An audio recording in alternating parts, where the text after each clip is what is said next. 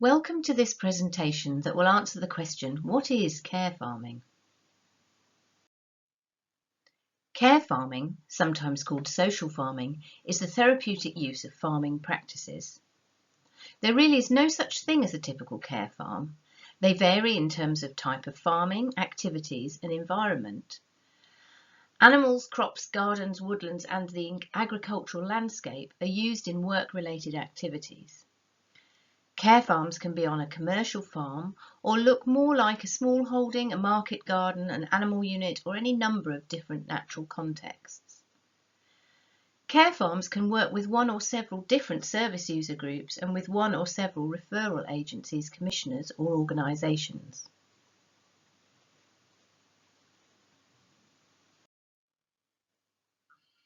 But what all care farms have in common is that they deliver social, health or specialist educational care services for individuals from one or a range of vulnerable groups of people. Care farms provide a programme of farming-related activities for individuals with a defined need, whether that need is a clinical, social or educational need. Care farms provide supervised, structured, bespoke care services on a regular basis for service users. And care farms are commissioned to provide services by a range of referral agencies. Care farms can deliver services for adults, young people and children, and some provide services for all three. There are care farms all over the UK and Ireland, and many more in the process of starting up. According to the last survey, there were 250 care farms in the UK, working out at about 200 care farms in England, providing nearly 9,000 places per week, which works out at about 320,000 places per year. To find a care farm, visit the link on the Growing Care Farming webpage.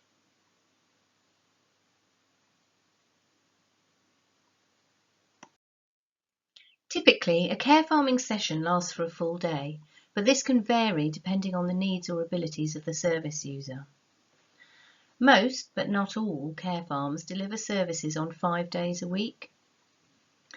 Care farms on average see up to 50 service users a week, and service users are referred to care farms via a variety of different commissioning routes, as you can see from the graph. Just as the scale of care farming varies from region to region, so too does the referral scenario. Some areas have mainly social care using care farming as an option. In other areas, it's community mental health teams or GPs. And in other areas, it's alternative provision. So it really does vary.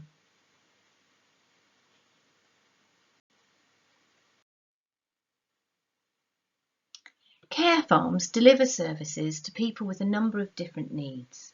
At the last survey of the sector in 2016, we asked care farmers to tell us about the people they work with. The list was extensive, but the main groups are shown in the graph. The service user group that the majority of care farms work with is people with a learning disability and also people on the autistic spectrum. Quite often these groups of people are mixed where appropriate, further promoting social inclusion. The average care farm will cater for 5 different service user groups, although others offer services for just one group or accommodate different groups on different days, for example. The nice thing about care farms is that the diagnosis is left at the gate, and so from the outside looking in, it's sometimes hard to tell who is ill or vulnerable and who is not.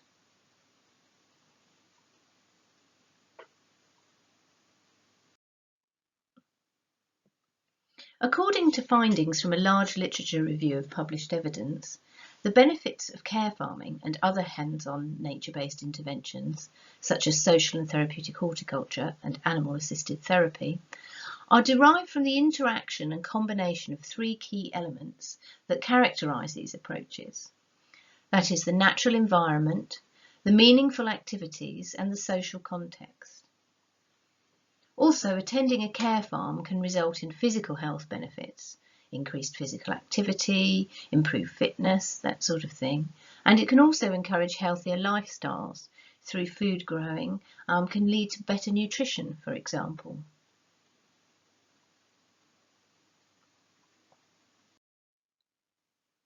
Firstly, care farming is a good idea because service users benefit.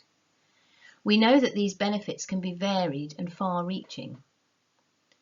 Benefits such as improvements to mental and physical health, increased self-confidence and self-worth, and reduced social isolation. Care farming produces multiple outcomes for service users, simultaneously producing positive life outcomes. It's often wider than clinical or educational outcomes. Care farming can integrate health and social care, making it cost effective. Care farming is also enjoyable. People want to come back. And for many, care farming changes their lives.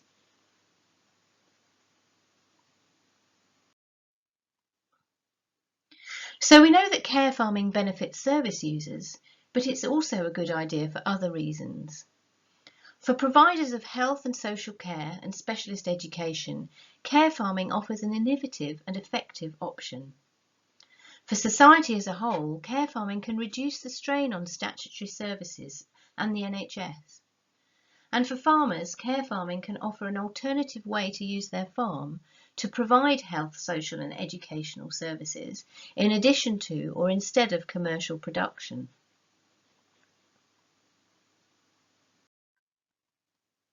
For more information on care farming, please check out the other resources on our web pages.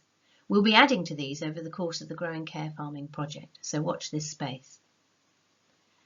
If you're interested in finding out a bit more about care farming, about starting a care farm, finding a care farm in your area, or to be involved in our regional engagement work, then please follow the links on the What is Care Farming webpage that you've just come from. You can also find us on Twitter at @GrowCareFarming.